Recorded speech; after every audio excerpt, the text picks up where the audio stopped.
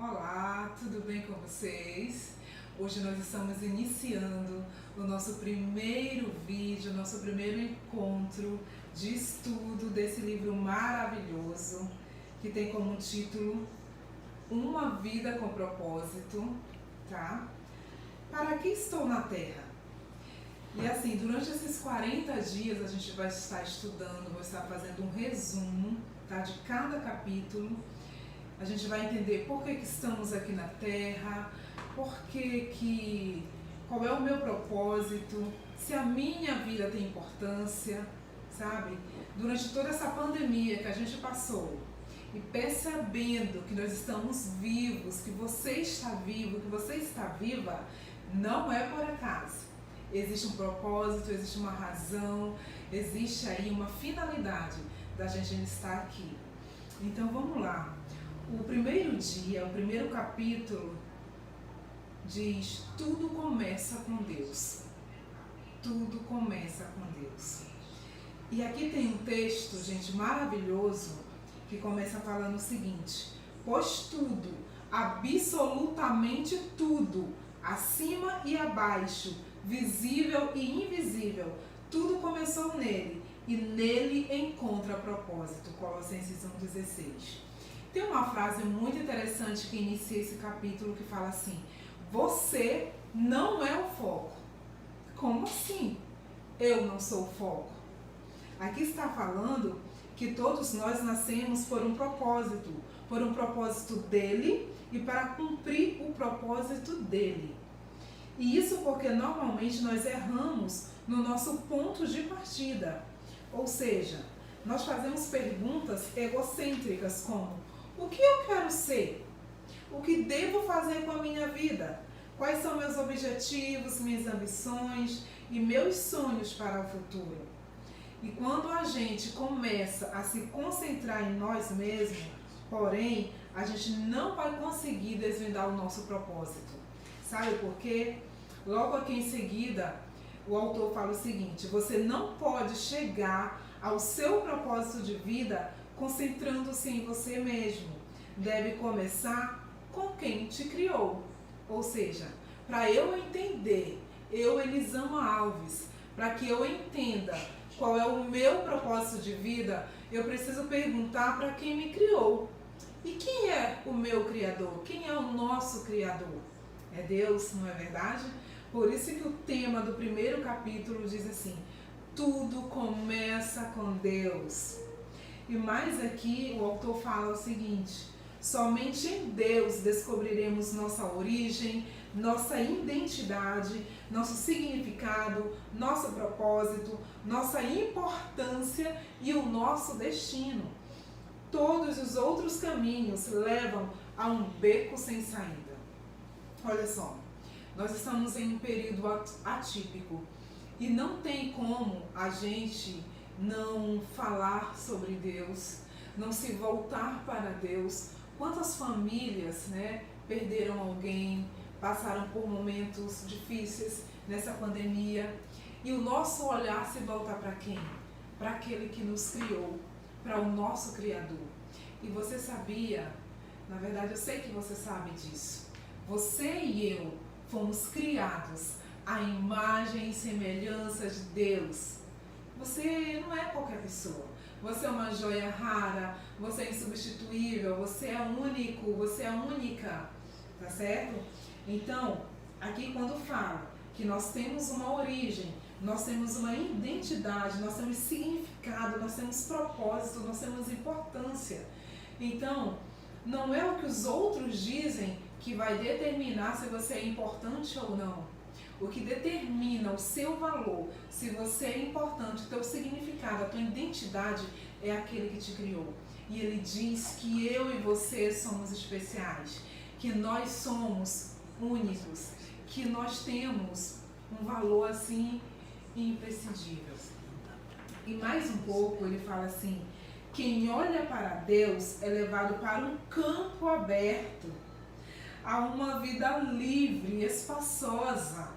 Ou seja, nós estamos falando de um Criador que é dono do universo, que é o que rege tudo, tudo está no governo das suas mãos. Então, descobrir suas habilidades, almejar grandes realizações e aquelas frases que a gente ouve muito, que inclusive eu gosto de falar também: vá em frente, seja disciplinado, acredite em você mesmo, né? Envolva outras pessoas, não desista jamais, não desista de si mesmo. Essas frases, essas recomendações, elas nos levam a ter grandes êxitos. Com certeza, elas fortalecem, né? Nos fortalecem para que a gente siga firme, confiante. Mas essas afirmações, essas declarações, elas não ensinam a descobrir o propósito para o qual eu e você fomos criados. Não nos ajuda a identificar o nosso propósito. E existem duas formas, duas opções para que a gente entenda qual é o nosso propósito. Eu vou falar para você quais são essas duas opções. A primeira é a especulação, ou seja, é a forma preferida, né, da maioria das pessoas. As pessoas supõem, as pessoas especulam, sabe, para tentar entender a sua origem, o seu destino, a sua importância, a sua identidade. E há milhares de anos, filósofos brilhantes discutiram, ponderaram sobre o significado da vida. E a filosofia é uma área importante do conhecimento e tem sua utilidade. Mas quando tenta determinar o propósito da vida, mesmo o mais sábio dos filósofos está apenas fazendo suposições. E a segunda alternativa para que eu e você possamos entender qual é o nosso propósito, trata-se da revelação. Podemos recorrer ao que Deus revelou sobre a vida na sua palavra. E o modo mais fácil de descobrir o propósito de uma invenção é perguntando ao inventor, né? É perguntando àquele que criou, ao Criador. Descobrir o propósito de sua vida funciona da mesma maneira. Pergunte a Deus, pergunte a quem te criou qual é o propósito da sua vida, certo? Aqui a gente está usando muito a tecnologia, principalmente agora nesse período. A gente usa muita tecnologia, o celular, o computador.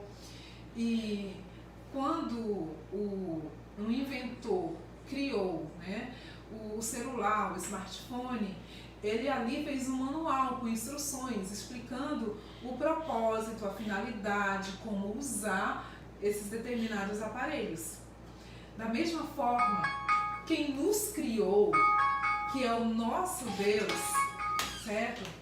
É Ele quem pode nos dizer o nosso propósito, a nossa finalidade, o porquê de estarmos aqui.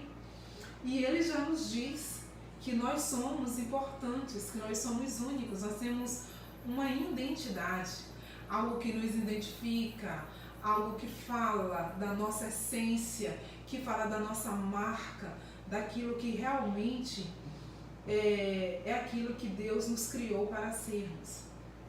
Então, olha só, você descobre sua identidade e propósito no relacionamento com Jesus Cristo. Se você ainda não vive esse relacionamento, você vai entender melhor esse relacionamento no decorrer dos outros capítulos. Deus já pensava em você muito antes de você pensar a respeito dele. Olha que interessante. E o propósito determinado por Ele para a sua vida é anterior à sua concepção, ou seja, antes da sua mãe ter você no ventre, sabe, de você ser gerado, você foi gerado na mente de Deus. Deus planejou o teu nascimento, Deus desejou que você nascesse, Deus desejou a sua existência e planejou quem seriam seus pais, planejou o ambiente onde você nasceria, sabe? Então, você não nasceu por acaso, você foi planejado por Deus. Ele planejou isso antes que você existisse e sem a sua contribuição.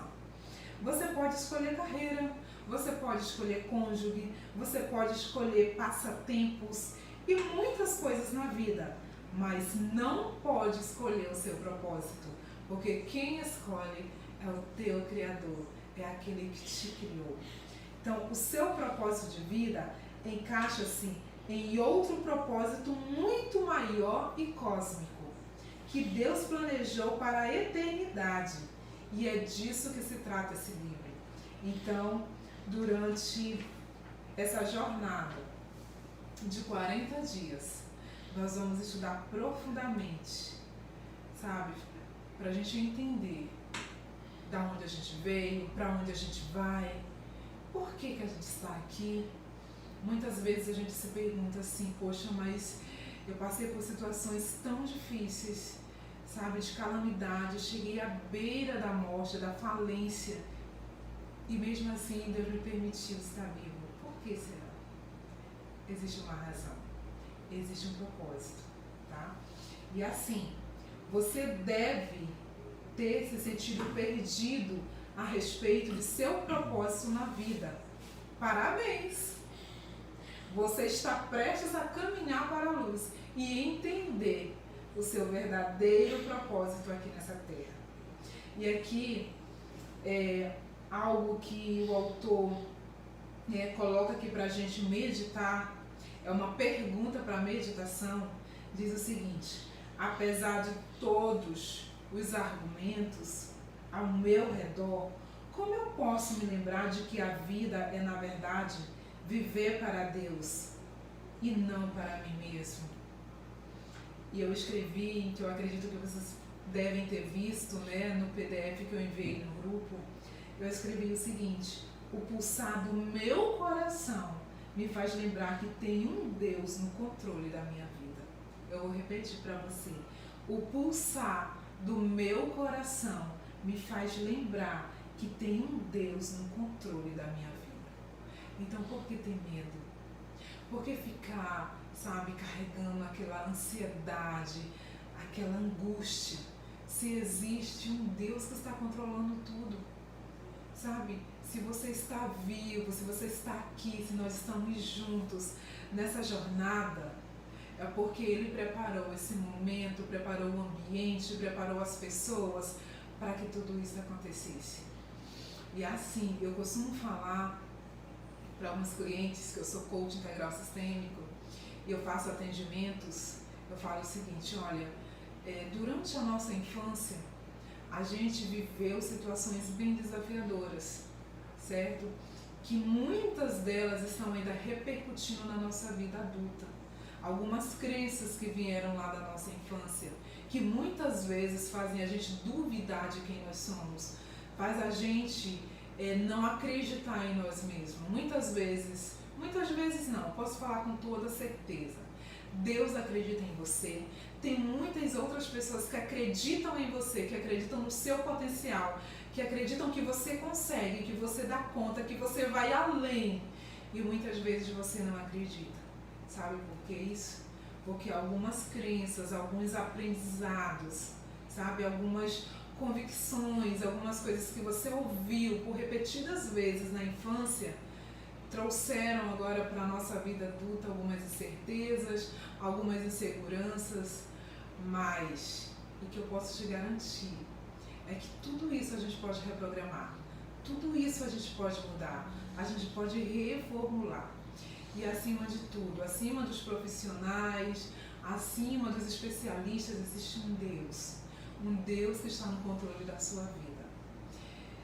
E olha só, a gente vai concluir nesse momento, mas eu quero já deixar com você o tema de amanhã, que diz assim: você não é um acidente. Olha aí, você não é um acidente, tá certo? Deus não joga dados. Deus não joga dados. Ele joga para vencer. Ele tem certeza do que ele faz. Então eu aguardo você amanhã para que a gente possa fazer um resumo do 2º capítulo nessa jornada aqui de 40 dias, tá bom? Leia os textos, já faça suas anotações, já faça seus comentários. E tem algum comentário Alguém fez alguma pergunta? Quem está aqui com a gente para que eu possa também dar um ok?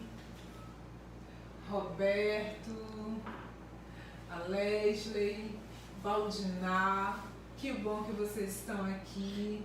Sejam todos bem-vindos. Gente, olha só, é um prazer ter vocês aqui. E a gente se encontra amanhã, tá? Eu aguardo vocês, ó.